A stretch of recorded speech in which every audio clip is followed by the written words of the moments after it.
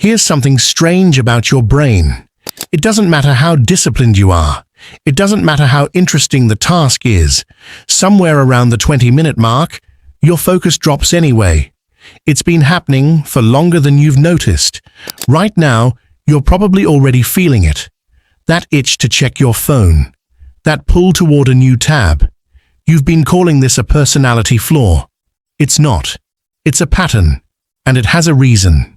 Think about the last time you tried to study, or sit through a long work document, or read more than a few pages of an actual book. The first stretch always feels fine. You're locked in, sharp, present. Then, close to the 20-minute mark, something shifts. Your eyes keep moving across the page, but nothing is landing. Your hand reaches for your phone before you even decide to move it. And it happens again tomorrow, and the day after that. And the story you tell yourself is always the same one. I'm lazy. I have no discipline. I'm just built this way. Almost everyone tells themselves that exact same lie. But here's what nobody told you.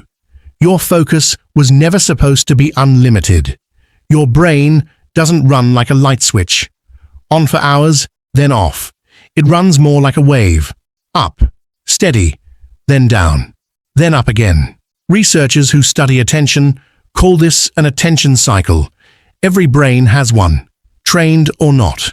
Scientists have been tracking this pattern in focus studies for decades. For a lot of people, that first wave peaks close to the 20-minute mark. Not because they're weak, because that's roughly how long deep focus holds before the brain needs a reset. Read that again. Needs, not wants. That one shift changes everything. You're not broken. You've just been fighting a cycle instead of working with it. And once you see the cycle, you can use it instead of being used by it. So here's the real question. Why 20 minutes? Why not an hour? Your brain didn't evolve to stare at one unchanging thing for hours. It evolved to scan, to notice, to react to change. Survival depended on catching the new sound, the new movement, the new threat. Deep, unbroken focus on one static task was never the default setting. It was always the exception. Here's the chemical part, kept simple. Dopamine isn't just the feel-good chemical people talk about. It's the brain's signal for new, useful information. When a task stays exactly the same for too long, that signal starts to drop. Your brain reads the drop as a message. Boredom. Time to look elsewhere. That's the itch you feel. That's the pull toward your phone. It's not weakness showing up. It's chemistry doing exactly what it's built to do. Now here's where it gets worse. Every time you swap the task for a short video, you reward that exact drop. You teach your brain that the second focus dips, relief is one tap away. Do that enough times, and the cycle shortens. 20 minutes becomes 15. 15 becomes 10.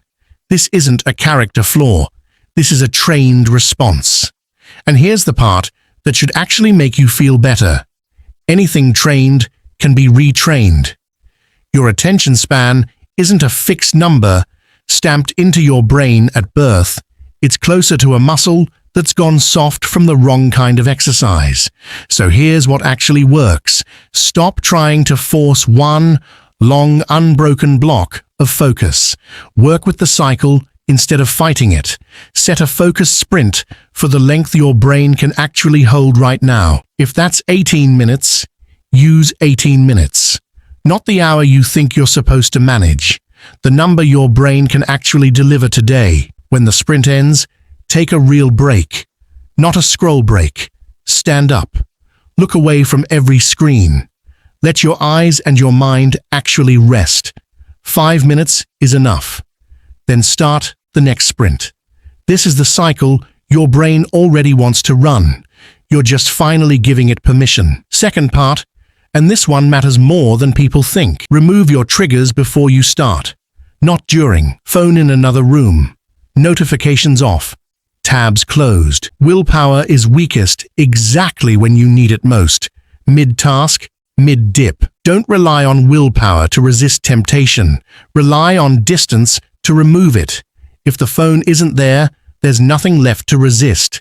Third part. This is how the cycle actually grows. Every sprint you finish without breaking early trains the cycle to stretch a little longer.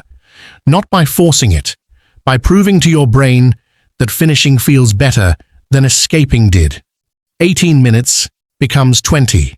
20 becomes 30. Slowly. Not overnight, but it moves. This isn't a trick.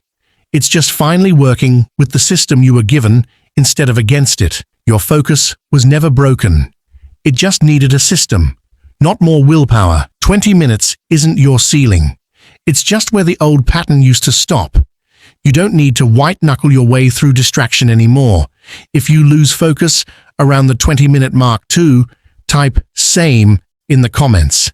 Tell me what you're trying to focus on right now. I want to know.